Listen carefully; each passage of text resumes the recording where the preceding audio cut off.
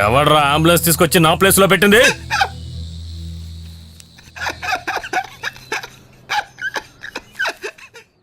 ఈ కథల పుస్తకాలన్నీ వేస్ట్.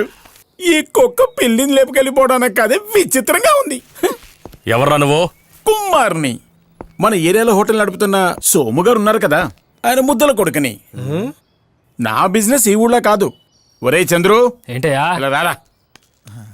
ఎరా, నువ్వు చెప్పింది ఈయన గురించే కదా? ఈయనే. కరెక్ట్ గా చూసి చెప్పు. అదే కళ్ళు, అదే ముక్కు, ఈయనే. ఈ బండోడి కాళ్ళు చేతులు విరగొడితే వాడు బాధపడుతుంటే చూసి అంబులెన్స్ లో తీసుకెళ్లాలని ఆశగా ఉంది. కాస్త తగ్గరా బాబు. ప్రతి విషయంలోనూ ఆవేశపడితే ఎలా? అన్న, నేను వచ్చింది అన్న మా నాన్నకిచ్చింది తిరిగి ఇచ్చేసి, మా నాన్న దగ్గర నుంచి మీరు తీసుకొచ్చింది తిరిగి తీసుకెళ్ళడానికి వచ్చాను. చెప్పిన మాట విన్నావంటే నీకు మర్యాదగా ఉంటుంది, లేకపోతే అంతే. పోరా పోరా, నా చేతికి పని చెప్పకుండా పో. చేతులు మాత్రం కాదు, ఈ టిప్పర్ బాడీని పాటుగా కొయ్యకుండా ఇక్కడి నుంచి వెళ్ళమా. అగ్రిమెంట్ తిరిగి ఇచ్చేయండి. ఇవ్వకపోతే ఏంట్రైనా మాట్లాడుతుంది? వాడికి ముందు వడ్డీ ఇవి.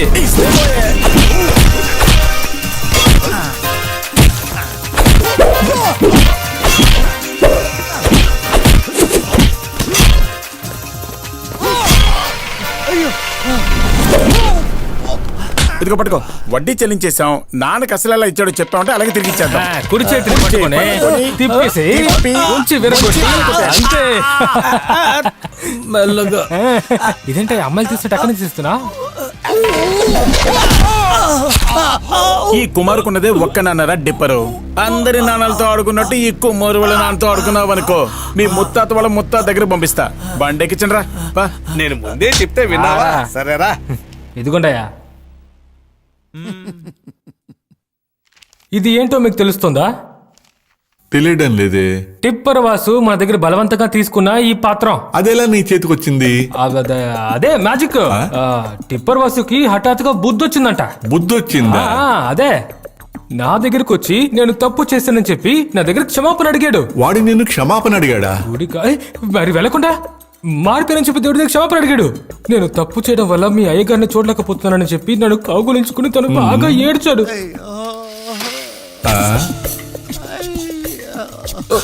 జాగ్రత్త. వీల్ చైర్ లో వచ్చేది టెప్పరే కదా? అలా అనుకుంటున్నాను. ఎవరో బాగా వాయించినట్టున్నారే. ఖర్జూరం పండిస్తుంది, తింటారా? మెల్లగా మెల్లగా. అంటే కుమారు ఇక్కడికి వచ్చాడు కదా? కుమార ఎక్కడ, ఎప్పుడు? చెప్పరా, నిజం చెప్పు. కుమారు ఈ ఊరికి రాను లేదు, టిప్పర్ వాసుని చూడను లేదు, నాన్నగారికి ఇవ్వాల్సింది తిరిగి ఇవ్వను లేదు, నాన్నగారికి తెలియకుండా హాస్పిటల్కి వచ్చి చూసి వెళ్ళింది లేదు. ఇప్పుడు నమ్ముతారా? సరే సరే, వాడి గురించి ఏం చెప్పమంటావు? అంబులెన్స్ పార్టీ రెగ్యులర్ గా ఎక్కడ స్టే చేస్తున్నట్టున్నారు? ఎక్కడ గొడవ జరుగుతుందో అక్కడ కాదరని అంబులెన్స్ ఆగుతుంది. అదేంటి కాదరు? ఇంకో కాదరు ఎవరు? నేను. అయితే ఇంకొకళ్ళు? అది నేనే. అదేలా? అదొక పెద్ద కథ. నేను పుట్టిన వెంటనే మా అమ్మ నాన్న నన్ను వదిలి వెళ్ళిపోయారు. మా అమ్మ నాకు కాదర్ అని పేరు పెట్టింది. అది నచ్చని మా నాన్న నన్ను కాదర్ అని పిలిచాడు. అమ్మ పెట్టిన కాదర్ నాన్నగా నచ్చలేదు, నాన్న పెట్టిన కాదర్ అమ్మగా నచ్చలేదు. కానీ నాకిద్దరూ కావాలి. వాళ్ళిద్దరి మీద ప్రేమ ఉన్నందువల్ల నేనే కాదర్ అని చెప్పి పేరు పెట్టుకున్నాను. అదే ఓటర్ ఐడిలో కూడా ఉంది. నా కథ విని ఎంతో మంది కన్నీరు పెట్టుకున్నారు. గగన్ ఒకటి మరి సార్ కొట్టి ఏమైంది? ఈ రోజు మీ మొహం వాడిపోయినట్టు కనిపిస్తోంది. ఓ మర్చిపోయాను, రేపు మీ కూతుర్ని మెడికల్ కాలేజీలో జాయిన్ చేయాలి కదా? ఓ, ఆ అమ్మాయి డాక్టర్ చదివి ఇప్పుడు ఏం చేయబోతుంది? పెళ్ళయిందంటే ఇంకో ఇంటికి వెళ్ళవలసిన అమ్మాయి. చదివిన చదువు చాలు. చేతి నిండా లంచం తీసుకుని తప్పు చేసి నా కూతుని చదివించేంత కష్టమైన పరిస్థితి నాకు రాలేదు. ఇదిగో ఇలా సోషలిస్టులా నాతో మాట్లాడుతుందని చెప్పానా? నాకు తెక్కరేగితే ఏం చేస్తానో నాకే తెలీదు. డబ్బు సంగతి నేను చూసుకుంటాను, వెళ్ళి కాలేజీలో జాయిన్ చేయండి. అనవసరంగా టెన్షన్ అవ్వకండి సార్. మన హోటల్లో ఉండే టేస్టు, అలాగే ఈ కుమార్ ఒంట్లో ప్రాణం ఉండేంత వరకు డబ్బుకి ఎటువంటి లోటు ఉండదు.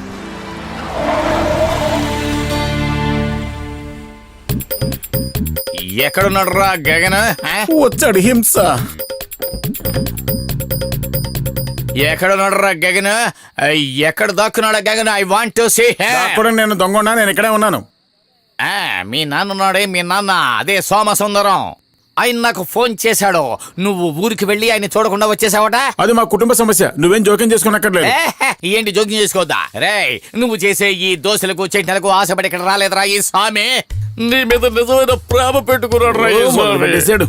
నా కుక్కని అడిగినా ఏడుస్తుంది. అయ్యో, అది నాకు తెలియదు. నాకు తెలిసి తీరాలి ఏం కారణమనే. మీ ఇంట్లోనే కుక్క ఎప్పుడు ఏడుస్తుందో నాకెలా తెలుస్తుంది? కుక్క విషయం కాదు, మీ నాన్న విషయం నేను తెలుసుకుని తీరాలి. ఆ విషయం వదిలేయండి.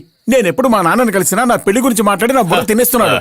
అయ్యో పాప, ఇతనికి ఇంకా వివాహం వయసు రాలేదని వీళ్ళ నాన్నకి తెలియనట్టుగా ఉంది. పాప ఇంకా మీసాలు కూడా ఇప్పుడే వచ్చాయి. అవునవును, ఇప్పటికే సగం నెరిసిపోయింది. రేయ్, నువ్వు ఈ విషయంలో జోక్యం చేసుకోవద్దు. నువ్వు ఎన్నేళ్ళకి పెళ్లి చేసుకున్నావు? 31వ సంవత్సరం. నువ్వు 35. అలా అయితే నాకు ఇంకా పెళ్లి చేసుకున్న వయసు రాలేదు, అర్థమైందా?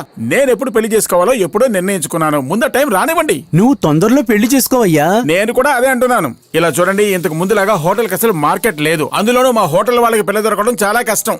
నేను నీకు ఎన్నిసార్లు చెప్పాను ఈ ఊళ్ళో ఒక మంచి హోటల్ ఓపెన్ చెయ్యి అని.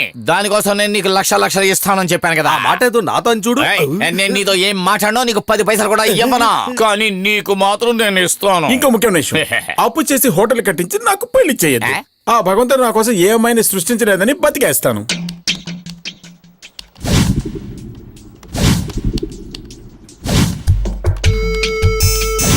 Okay, thanks for flying with Silk Air.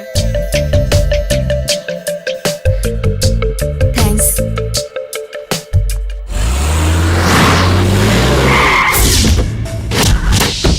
నానా, మోహన్ సార్ కూతురు లక్ష్మికి ఇండియాకి వెళ్ళడానికి సింగపూర్ గవర్నమెంట్ పర్మిషన్ ఇచ్చింది. ఏంటంటున్నారా?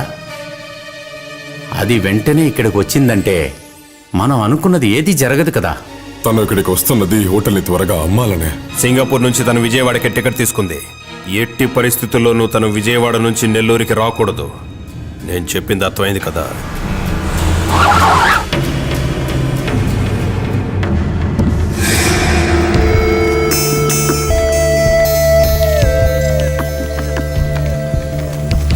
Yes madam.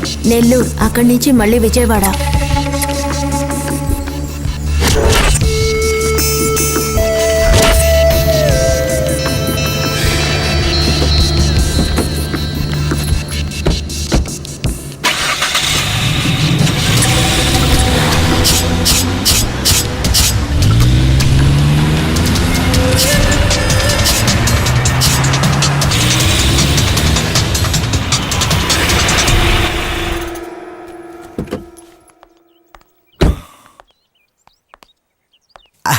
అరేరే, ఎవరు? లక్ష్మియా? రామ్మా, లోపలికి రా. పార్వతి, ఎవరొచ్చారో చూడు. ఆహా, సింగపూర్ నుంచి ఎప్పుడొచ్చావమ్మా? ఇప్పుడేమో వచ్చాను. అంకుల్ని చూసి వెళదామని స్ట్రైట్గా ఇక్కడికొచ్చాను. అన్నిటినీ విన్నది నిజమేనా?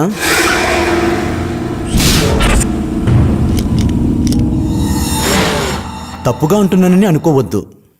మునిగిపోయిన పడవలో ఎవరైనా ప్రయాణం ఇష్టపడి చేస్తారా చెప్పు? డబ్బిస్తే తిరిగి దొరకదేమోనని మీరు భయపడుతున్నారు కదా.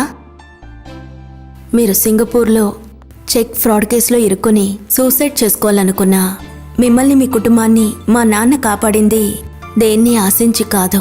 లేదమ్మా, అదేంటంటే... పర్వాలేదు అంకుల్, నెల్లూరు హోటల్ని అమ్మితేనే ప్రాబ్లం సాల్వ్ అయిపోతాయి. అందుకు కావాల్సిన ఏర్పాట్లు నేను చేశాను. కానీ ఏం జరిగినా ఏదో ఒకరోజు మా నాన్నని బయటికి తీసుకొస్తాను. మా నాన్నకి ఎంతో దగ్గరైనా మిమ్మల్ని ఒక మాట అడుగుండొచ్చు కదా అని భవిష్యత్తులో అనిపించకూడదు కదా, అందుకే ఇప్పుడు వచ్చాను. సారీ అంకుల్, వస్తాను.